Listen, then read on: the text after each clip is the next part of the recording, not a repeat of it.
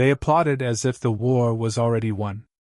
Inside a restricted testing facility on Germany's Baltic coast, senior Nazi officials stood shoulder to shoulder with young engineers, watching a weapon they believed would change history. Glasses were raised. Smiles appeared on tired faces.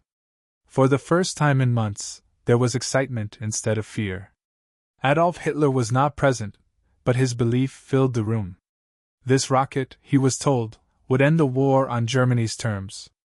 It would strike enemies who could not strike back. It would restore German power when armies were collapsing on every front. The timing of this celebration mattered. Germany was already in deep trouble. The Eastern Front had turned into a disaster. Millions of soldiers were dead or captured. Allied bombers crossed the skies daily, turning cities into ruins and forcing factories underground. Fuel was running out. Trains barely moved. Commanders argued while the situation grew worse. Yet, in this single place, surrounded by concrete and secrecy, none of that seemed real. Here, technology offered an escape from reality, a weapon that promised victory without soldiers, without air superiority, without time. The rocket itself seemed to justify that belief. It rose straight into the sky without wings or a pilot. It climbed higher than any aircraft ever had. Then it vanished. Minutes later, far from the launch site, it returned to Earth at terrifying speed. There was no warning sound. No sirens. No chance to hide. When it struck, the explosion came first. Only afterward did people hear the thunder. To those who witnessed the tests, it felt like a weapon from the future. Something no army on Earth could defend against. This was why the scientists were celebrated. Men like Wernher von Braun were no longer just engineers. They were treated as national assets. Generals who barely understood physics now spoke their names with respect. Their calculations mattered more than battlefield reports. They were told their work would save Germany. They were told history would remember them as pioneers. In that moment, many believed it. What no one spoke about during the celebration was the cost. The rocket required rare metals Germany could barely obtain. It demanded enormous amounts of fuel that the Luftwaffe desperately needed. Each launch cost more than building and flying a bomber. And the weapon itself carried a small warhead. It could terrorize civilians, but it could not stop advancing armies or destroy hardened military targets. These problems were known. They were simply ignored. Hitler did not want to hear limits. He did not want caution. He wanted a miracle. As the war closed in around him, he placed his faith in weapons rather than strategy. He ordered mass production of the rocket. He demanded rapid deployment. Resources were redirected even as soldiers fought without air cover and tanks sat useless without fuel. Germany was betting its future on a weapon that looked unstoppable but solved none of its real problems. The applause eventually faded. The engineers returned to their work. Outside the walls of the facility, the war continued to collapse toward Germany's borders. The V2 was real. It would soon terrify cities across Europe. But terror is not the same as victory. And this moment of celebration, filled with hope and pride, marked the beginning of one of the greatest strategic failures of the war.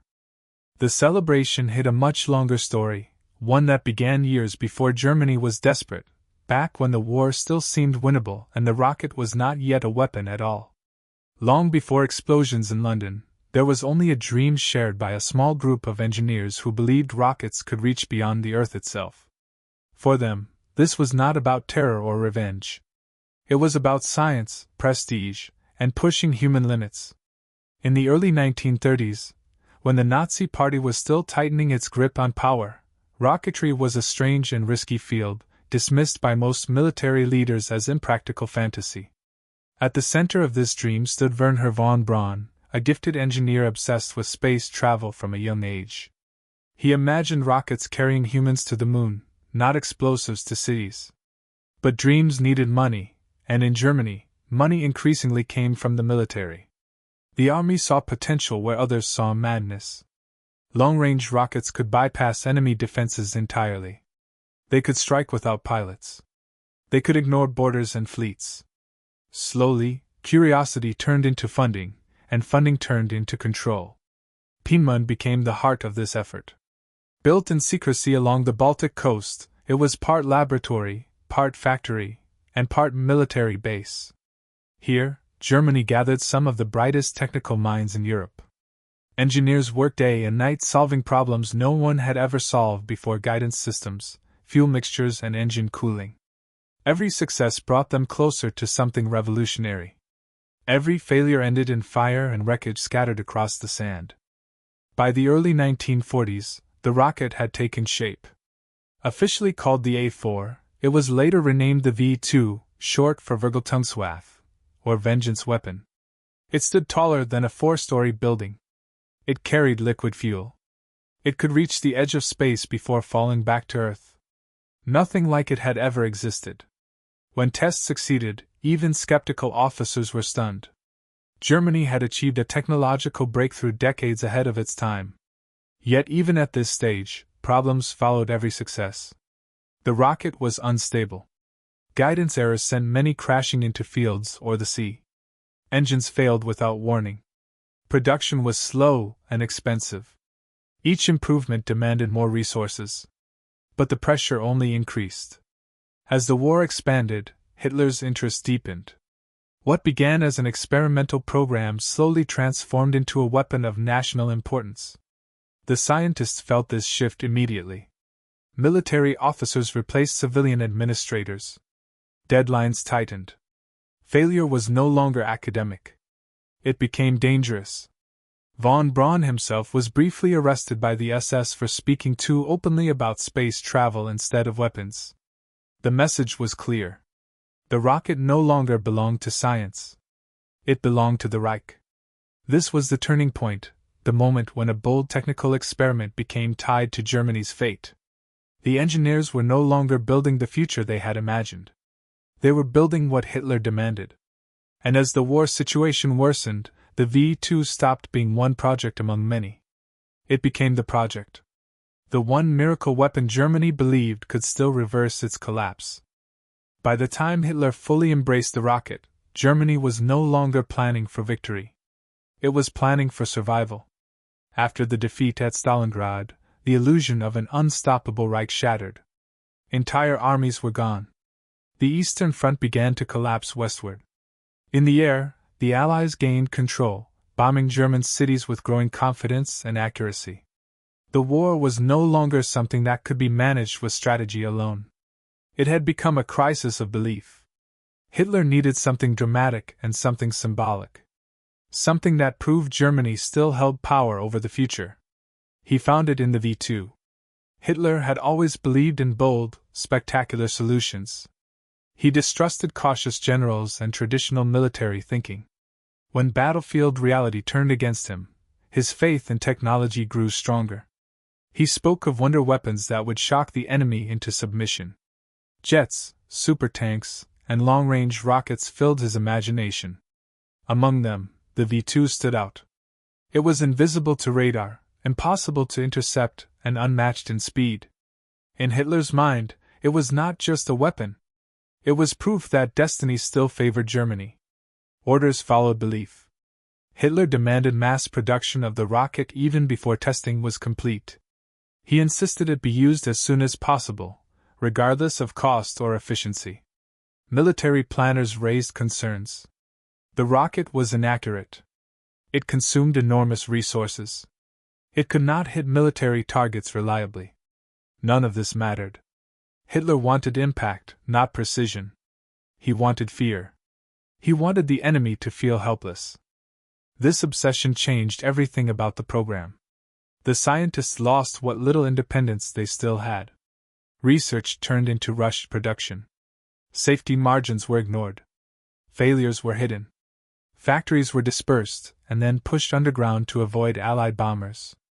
Each step made the process slower and more brutal, but stopping was no longer an option. The V2 had become tied to Hitler's personal faith in victory. As pressure increased, so did the human cost. Skilled engineers were still protected, but thousands of others were not. The rocket required massive labor, and Germany no longer had willing workers. Prisoners were pulled from concentration camps and forced into underground tunnels to build the weapon. They worked in darkness, breathing dust and smoke, living on starvation rations. Many died before ever seeing daylight again. The weapon of the future was being built under conditions that belonged to the darkest past. Hitler never visited these tunnels. He never saw the bodies carried out each day. To him, the rocket remained a symbol of hope. He imagined cities destroyed, enemy morale broken, peace forced through terror. Each successful launch reinforced his belief. Each failure was blamed on sabotage or lack of loyalty. Reality bent around his obsession. By late 1943, the decision was final. The V2 would not be a limited weapon. It would be unleashed in large numbers. Germany would pour resources and no longer head into a rocket that promised everything and guaranteed nothing. The scientists understood the truth, even if they did not say it aloud. This weapon could frighten the enemy, but it could not save the Reich. The demand for mass production created a problem Germany could no longer solve cleanly. Allied bombing had already damaged key factories and transport lines. Skilled workers were scarce. Materials were rationed.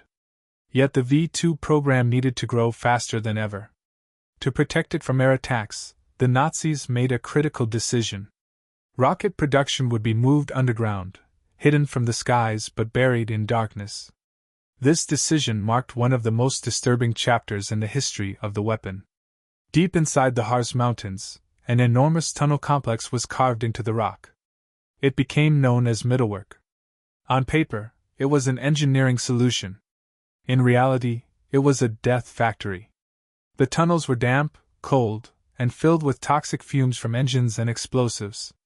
There was little light and almost no fresh air. The rockets that promised the future were assembled in conditions designed to break the human body. The labor force came from nearby concentration camps, especially Mittelbau-Dora. Prisoners were transported directly into the tunnels, where they lived and worked underground for months at a time. They slept beside the machines. They ate barely enough to survive. Disease spread quickly. Injuries were common. Punishment was constant. Thousands died from exhaustion, starvation, illness, or execution. More people were killed building the V2 than by the rocket itself. The engineers knew where the rockets were coming from. They walked through the tunnels. They saw the prisoners. Some tried to distance themselves from responsibility. Others told themselves they had no choice. The program was now controlled by the SS, and questioning it was dangerous. Moral decisions became survival decisions. The rocket moved forward, and the suffering remained hidden behind concrete and secrecy. As production increased, so did pressure from above. Hitler demanded results. Every delay was treated as betrayal. The SS enforced discipline with brutality. Quality control suffered. Rockets left the factory with defects. Engines failed. Guidance systems malfunctioned. Many never reached their targets. But numbers mattered more than reliability. Launch crews were ordered to fire whatever arrived.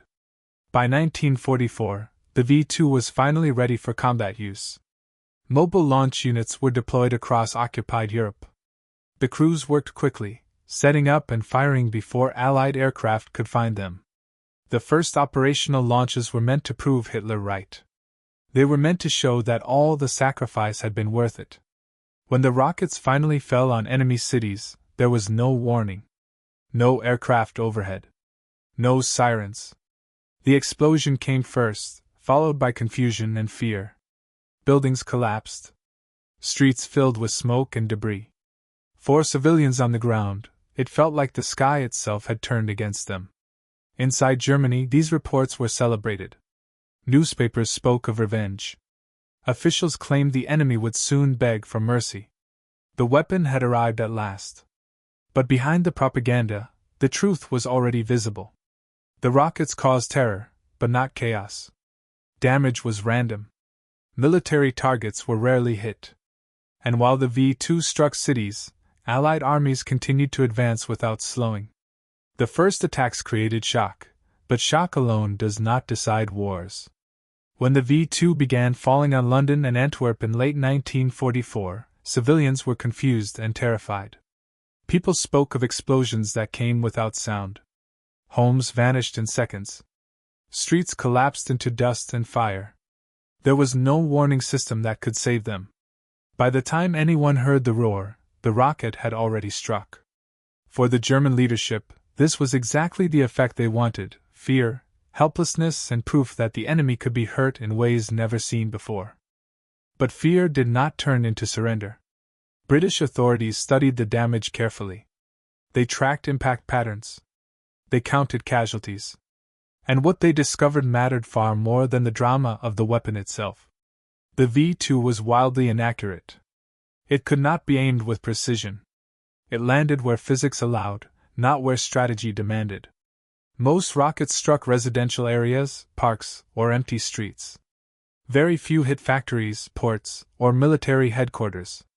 Each explosion was tragic, but none disrupted the Allied war machine in a meaningful way. The cost told an even harsher story. A single V2 required enormous amounts of fuel and specialized materials. It consumed skilled labor Germany could no longer replace.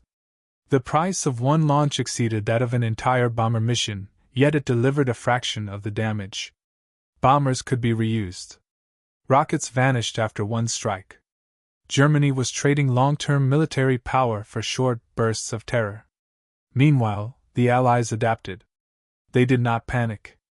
They did not change strategy. Air raids continued. Armies kept moving. The invasion of Western Europe did not slow. Antwerp remained the main supply port for Allied forces despite repeated rocket attacks. Supplies flowed. Troops advanced. The war timetable remained unchanged. Inside Germany, reality became harder to ignore. Fuel shortages worsened. Fighter aircraft sat grounded while rockets were launched instead. Tank units lacked gasoline while V2s burned it in minutes. Railways struggled to move troops, yet trains carried rocket components across the country. Every launch represented a choice. And each choice weakened Germany's ability to fight where it actually mattered. Even some military commanders began to question the obsession. Quiet reports reached Berlin pointing out the obvious. The rocket was impressive but strategically useless. It could not stop bombers. It could not halt advancing armies. It could not defend German cities. It was a weapon without a battlefield role. Hitler rejected these conclusions. To him, stopping would mean admitting failure. He ordered continued launches even as Allied forces closed in from all sides. The V2 had become less a weapon and more a symbol of defiance, and a symbol of faith in technology over reality. By early 1945, the truth was undeniable. Hundreds of rockets had been fired. Thousands of civilians had been killed. And nothing had changed. The front lines moved closer to Germany's heart. The V2 had terrified cities, but it had not delayed defeat by even a single day. By the final months of the war, the cost of the V2 program was no longer hidden. It was written across Germany's collapsing infrastructure and its exhausted army. Every rocket launched represented resources that could never be replaced. Aluminum, copper, fuel, transport vehicles, skilled technicians, and factory space were all swallowed by a weapon that offered no defense and no delay. Germany did not lose the war because it lacked advanced technology. It lost because it used that technology in the wrong way, at the worst possible time. The Luftwaffe felt the damage first. Fighter planes that could have challenged Allied bombers were grounded due to fuel shortages. Pilots trained for months sat idle, while rockets burned through the same fuel in minutes. Anti-aircraft defenses were undersupplied. Radar stations were destroyed and not repaired. The skies belonged to the Allies, and the V2 did nothing to change that. It could strike cities, but it could not protect Germany from destruction from above. On the ground, the situation was just as grim. Armored units lacked spare parts and gasoline. Tanks were abandoned on roadsides not because they were damaged, but because they were empty. Infantry divisions fought with limited ammunition and almost no air support. Commanders begged for supplies that never arrived. Trains that once carried troops and food now carried rocket components instead. Strategic priorities had been reversed. The scientists understood this reality better than anyone. Many of them privately admitted the V2 was a dead end as a war weapon. Its inaccuracy made it useless against military targets. Its cost made large-scale impact impossible. Some engineers began thinking beyond the war. They kept notes. They preserved research. They quietly planned for a future after Germany's defeat, knowing that their knowledge would still have value, even if the Reich did not survive. As Allied forces advanced deeper into Germany, the V2 program began to collapse physically as well. Launch sites were overrun. Supply lines were cut. Production slowed. Rockets piled up without fuel or transport. In some areas, launch crews destroyed their own equipment to keep it from falling into enemy hands. The miracle weapon was becoming abandoned scrap. Yet even now, Hitler refused to let go. From his bunker, he continued to demand launches that no longer mattered. He spoke of turning points that never came. He believed the weapon had been misused, not misunderstood. Reality no longer influenced his decisions. The V2 had become part of a fantasy world where willpower replaced facts. Germany was running out of time. The war was nearly over. And the weapon that was supposed to change everything had only made the collapse faster. The resources poured into the rocket program could not stop the enemy, could not save cities, and could not preserve the army. They could only ensure that defeat arrived with even greater destruction. As the Reich collapsed, attention quietly shifted from the weapon to the people who built it. The rockets were failing as instruments of war, but the knowledge behind them remained priceless. Both the Allies and the Soviets understood this. Long before the final surrender, intelligence units were already hunting for engineers, documents, and unfinished rockets. The future was no longer about who would win the war, but who would inherit its technology. The rocket scientists knew this too. Many of them had seen the end coming for months. They understood that Germany could not recover, no matter how many rockets were launched. For some, loyalty to the regime faded. Survival took its place. Wernher von Braun and several of his colleagues began planning how to avoid capture by the Soviets and reach the Americans instead. They believed the West would value their expertise more and judge them less harshly. As Allied troops moved closer, the scientists gathered blueprints, test data, and research notes. Trucks were loaded with documents instead of weapons. These papers represented years of work and decades of future potential. When American forces reached the area, they did not find fanatics defending the rocket program. They found men ready to surrender their knowledge in exchange for protection. The contrast was striking. The same engineers once praised by Hitler were now quietly abandoning the Reich. They did not destroy their work. They preserved it. The V2 had failed as a weapon, but it had proven something far more important. Rockets could reach the edge of space. They could carry heavy payloads across continents. The future of warfare and exploration would be built on these ideas. While Germany collapsed into ruins, the technology survived. The United States and the Soviet Union rushed to claim it. Entire factories were dismantled. Rocket parts were shipped across oceans. Scientists were interrogated, relocated, and absorbed into new programs. The Cold War had not yet begun, but its foundations were already being laid. For the engineers, the moral weight of their past did not disappear. Some tried to justify their actions. Others avoided the subject entirely. The suffering at places like Mittelwerk remained in the shadows, rarely discussed by those who benefited from the results. History would remember the rockets. It would take much longer to fully confront the cost of building them. The V2 had not saved Nazi Germany, but it had ensured that the science behind it would shape the world that followed. A weapon born from desperation was about to become the blueprint for the future. By the time Germany surrendered in May 1945, the verdict on the V2 was already clear. It had failed in the one role it was built for. It did not stop Allied bombers. It did not slow the advance of armies. It did not change a single major decision made by the enemy. The war ended exactly as it would have without the rocket. The front lines closed in. Berlin fell. The Reich collapsed under the weight of its own choices. Allied analysts reviewed the V2 campaign with cold precision. They counted the launches. They measured the damage. They compared cost against effect. The numbers told a brutal story. Thousands of civilians had been killed, yet no strategic target had been disabled long enough to matter. Ports continued operating.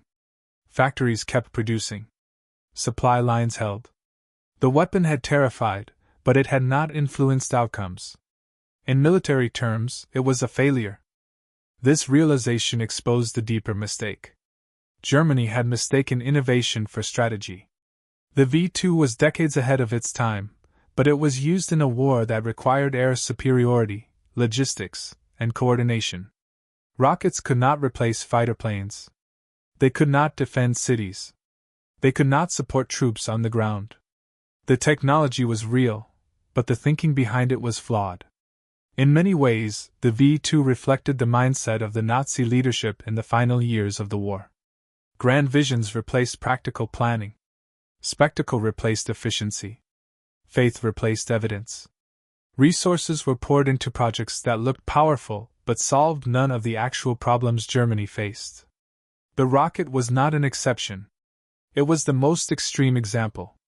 For the civilians who lived under its shadow, the weapon left lasting trauma. The randomness of the attacks made them especially cruel. People could not prepare. They could not run. Survival depended entirely on chance. These human costs were real and devastating, even if they did not change the war's outcome. The V2 proved that a weapon could be both terrifying and pointless at the same time. The irony was impossible to ignore. The most advanced weapon of the war arrived too late, cost too much, and achieved too little. It demonstrated what was technologically possible, while also revealing how easily brilliance can be wasted. Germany had built the future, but it used it in service of a fantasy. By the final weeks of the war, even the people who once believed most strongly in the rocket understood the truth. The V2 had reached the limits of what it could do, and those limits were far below what Germany needed. The scientists no longer spoke about victory. They spoke about survival, responsibility, and the future beyond the ruins around them. The excitement that once surrounded each successful launch had disappeared. In its place was a quiet awareness that their greatest achievement had changed nothing. Many engineers reflected on how far the project had drifted from its original purpose. What began as an exploration of physics had been pulled into the machinery of total war. Step by step, curiosity had become obligation.